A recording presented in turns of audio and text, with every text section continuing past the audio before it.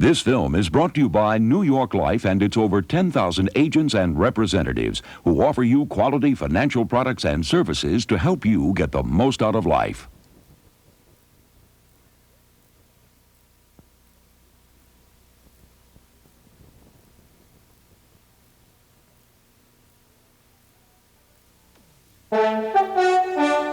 Detroit, home of the auto industry, Motown.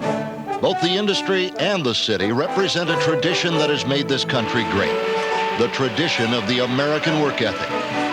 It is the American work ethic that has kept the auto industry at the top, and it's that same work ethic that will get the Detroit Lions back to the top. It is what has made Paul Butcher, a free agent from Detroit's Wayne State University, the Lions special teams MVP 2 years in a row. And hard work is what will get Devon Mitchell back on the playing field. I come in and I warm up on the bike for about 15 minutes. Then I go through various exercises such as leg extensions, leg curls, leg press, and squats. Well, right now it's supposed to be 18 months, but hopefully I'll be back, by this season. Mitchell, an all-rookie safety in 1986, missed the entire '87 campaign with a preseason knee injury. Like Mitchell, the Lions are committed to the work ethic that will get them back to NFL prominence. The path to this success has many obstacles, yet despite their setbacks in 1987, the Lions took another step in the right direction.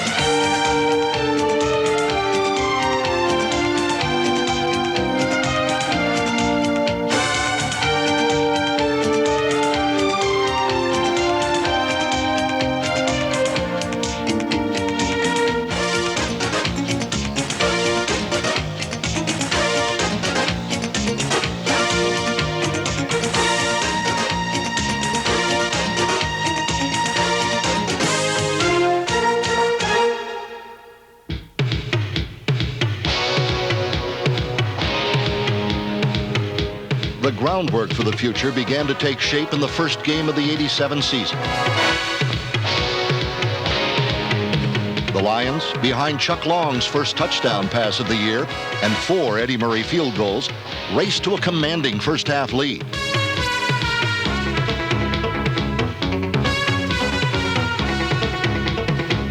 But youthful mistakes and the talent of Anthony Carter combined to give Minnesota its come-from-behind victory.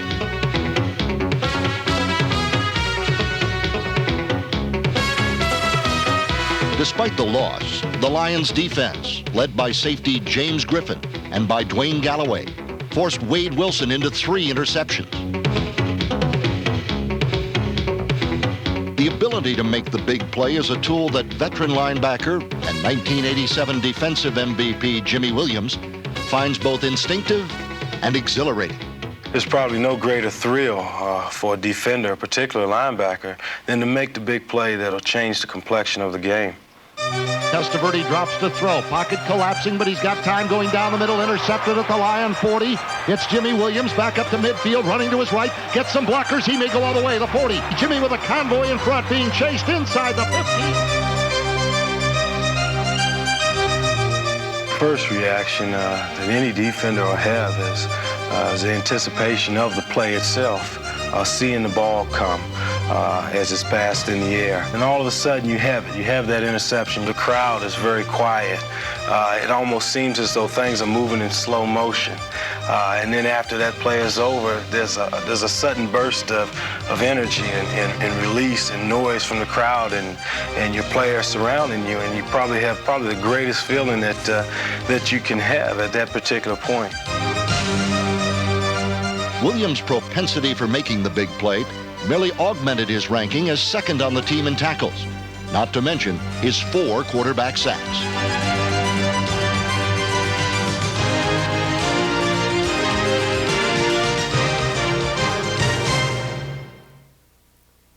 Well, first of all, the difference between successful teams and unsuccessful teams is about this much. All it says to you is that when you play the caliber of football of the good teams and you're there, then you're not that far away. Oh, how loud and true those words of Jimmy Williams and head coach Darryl Rogers ring when the Lions think back to RFK Stadium last November. The Lions defense stifled the Super Bowl champions so much that quarterback Jay Schrader was benched in favor of Doug Williams. The Lions' domination was obvious in the statistics as they gained more yards than the Skins both through the air and on the ground. And rookie Carl Bernard's third-quarter touchdown had the fans in Washington looking to point the finger. If not for the fact that Long's signal wasn't audible, the Lions may have been winners that day. But unfortunately, a fine effort by Long and his teammates ended in a bitter defeat with this last-minute interception, a pass Long was trying to throw away. But as wide receiver Jeff Chadwick puts it, performances like that will help the Lions work their way back. I think we're just as good as any of those teams. I just think we've got to play like that more consistently. Chuck Long was happy with his offensive line of Glover, Brown, Salem, Barrows, Dorney, Mott, Sanders, and Malinchik. Well, I think that's one of the bright spots of our team this year. Even though we had a bad record, our offensive line did a great job all year. I think I was only sacked like 17 times the whole year. I think Lomas and Harvey are two of the best tackles in the league. Lomas Brown also has his thoughts. I think if we become consistent this whole year, then I think everything will work out because all Chuck needs is the time, and the running backs just need a little opening, and they'll be successful at what they're doing. The thing about our running backs is they read the holes pretty well and they accelerate through them. And the thing about it, you don't have to hold it, hold your block real long because you just get the initial block and they're gone. So that helps us a lot. It also bodes well for the future that, excluding Dorney, the average age of the Lions' offensive line is just 24 years.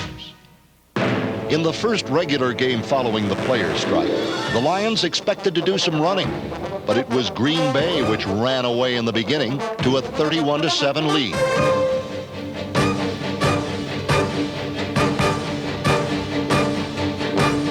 Only the punting of Jim Arnold set the Pack back in the early stages of this contest. Arnold, the Lions' first Pro Bowl selection since 1983, set an NFL record with his 39.6 net punting average.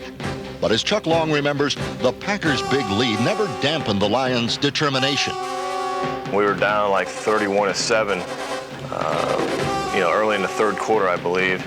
And I just didn't feel like we should be down that many points. When we were in the huddle, we were just thinking, well, this is going to bust any minute right now. And, we just had to keep patient, and it finally did. Long completed a team record-tying 33 passes for 362 yards, the third highest single-game total in team history.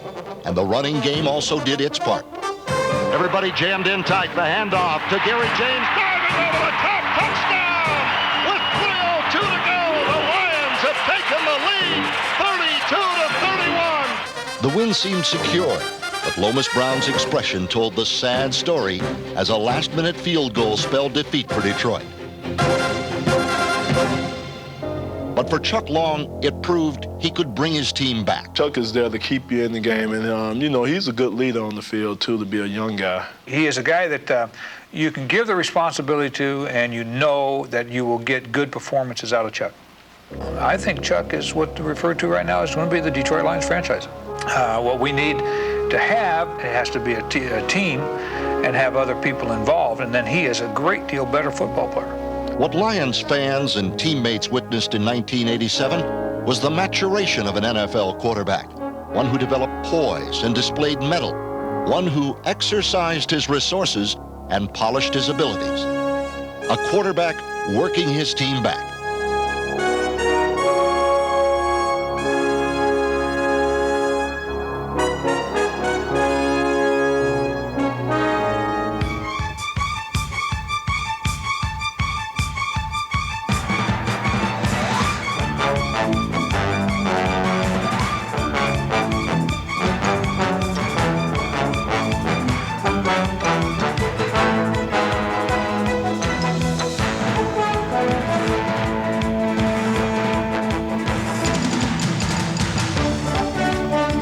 Receiver Jeff Chadwick is somebody who knows what makes Long as good as he is.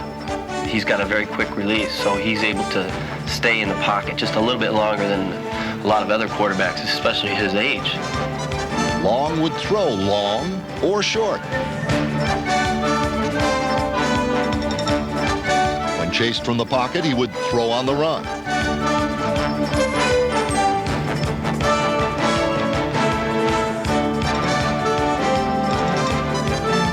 Or just simply run. I feel I can get the job done as well as any quarterback in the league, and eventually with more experience and more time, I'll be able to take that 2-minute drill and get him down the field and score when it's crucial. While Long continues to make progress, the Lions in 1988 will welcome back Eric Hipple, who spent the entire 1987 season on injured reserve. According to Long, Hipple is more than a good tutor. He sees his own future. Eric's real smart. He knows the game inside and out. He knows, what the linemen are doing on each play, and that's the type of quarterback I want to become. With a healthy Hipple and an improving Long, the Lions have one of the NFL's finest quarterback tandems. As the '87 season wore on, signs of frustration, agony, and emotional pain were evident. The Lions were a team on the right train, but the wrong track. In a midweek meeting prior to the game against Dallas, owner William Clay Ford spoke to the team with hopes of putting them back on the right track. All teams have changes. All teams have adversity, but the best teams respond successfully to it. The words of Jimmy Williams, the Lions responded against the Cowboys, one of the premier teams in the league. The Lions picked up their heads, pinned back their ears, had their tails a-wagging, and America's team became Motown's conquest.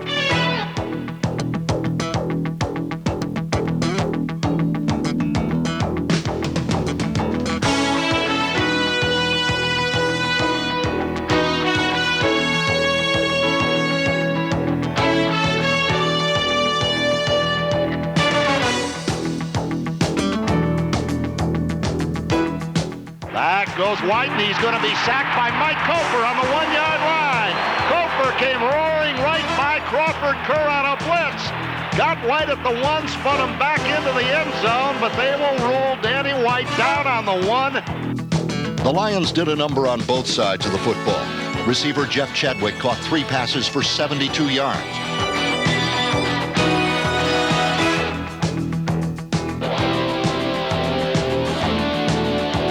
While the team's most improved player, Pete Manley, snared a career-high 8 catches. The total team effort against Dallas was complemented with this gem by Manley and his special teams mates. Players like Butch Woolfolk, Gary Lee, Carl Bland were only happy to follow Paul Butcher, Curtis Green, George Jameson, Vernon Maxwell, and Steve Bach. The kicking, of course, was left to Eddie Murray, who was 2 for 2 against the Cowboys, as was Gary James with 2 TDs.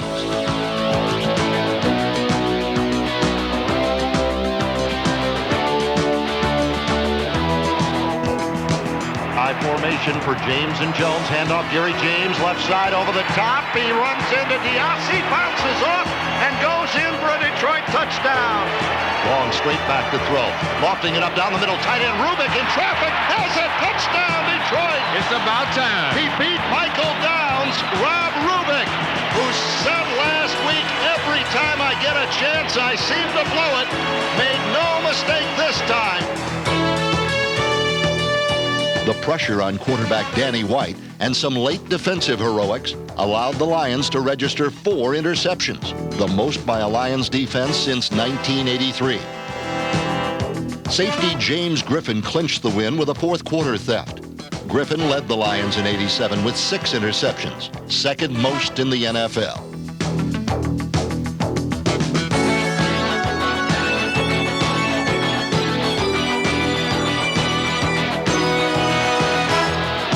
The team in silver and blue from the division of black and blue held the upper hand this day, as the final score indicated.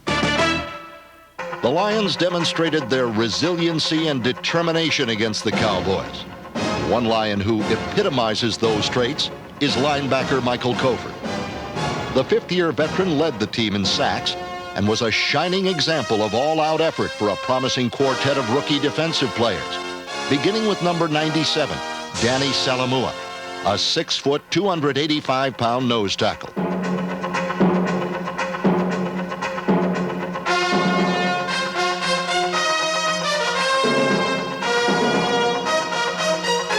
The ability to put the reins on such fast cats as Palmer and Allen may earn number 50, Danny Lockett, the moniker Lions Tamer. All-rookie selection Jerry Ball, who started every game, was so busy breathing down the nose of opposing quarterbacks, they may need more than just a hanky to blow him away. The fourth member was Dennis Gibson. The 240-pound linebacker put the stick on so many opponents that he led the team in tackles, the first rookie ever to do so. Gibson also received some well-deserved all-rookie recognition. The worst in '87 is the season. The best of '87 is the last 4 games. The final phase of the '87 season began with a strong effort against the Rams that disintegrated in the fourth quarter. The loss overshadowed a superb performance by rookie wide receiver Gary Lee.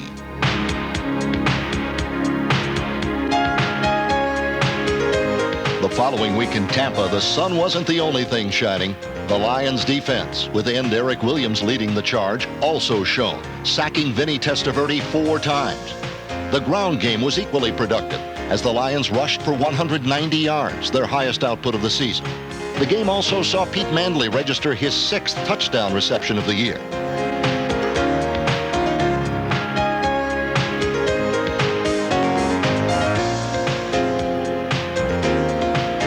Manley was the Lions' offensive MVP in '87. Once known as Pee-wee, he now plays a much larger role in the Lions' offense. And his Week 15 touchdown catch against the Vikings gave him 7 TD receptions, the most by a Lion in 19 years. Long back to throw. He's looking, pumps it back in the end zone, and Manley makes the catch and gets those feet down just in the field of play for a Detroit touchdown. The Lions' running game also continued on the right track against Minnesota, as Gary James had his best game of the year with 94 yards on the ground. It's a draw play, and James finds a hole, cuts to his right at the 10. Down to the 5, he's in the end zone. Touchdown, Gary James.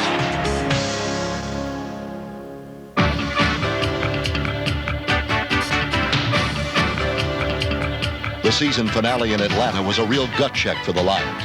Pride was at stake and not much more. Perhaps the true character of this team came to surface this December day as the Lions picked up their most impressive win of the season.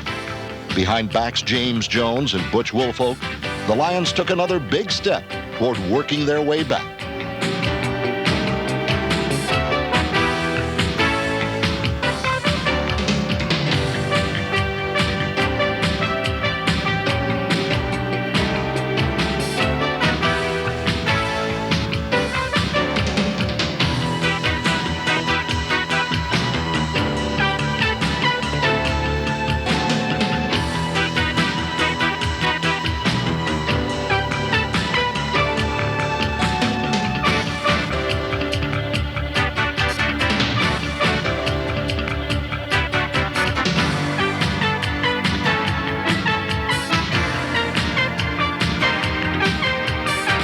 Gary Ellerson was also a force on the ground, rushing for 73 hard-nosed yards and 2 touchdowns.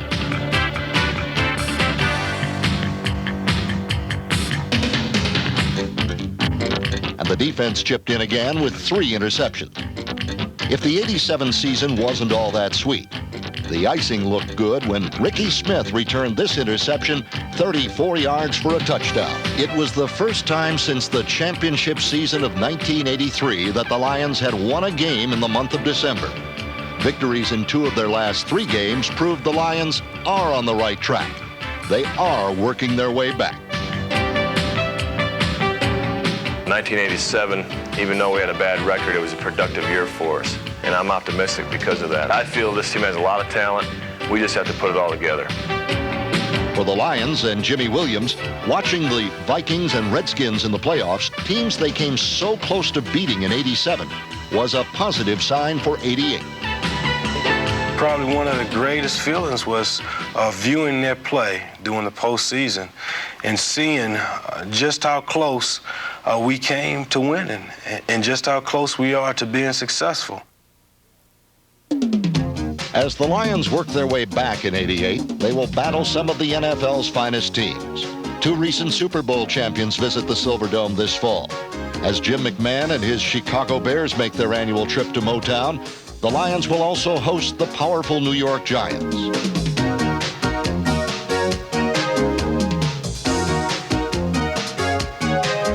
2 emerging powers, the New Orleans Saints, led by quarterback Bobby Hebert, and last year's playoff powerhouse Minnesota Vikings with Anthony Carter, will also visit the Dome in '88 to face a Lions team working its way back.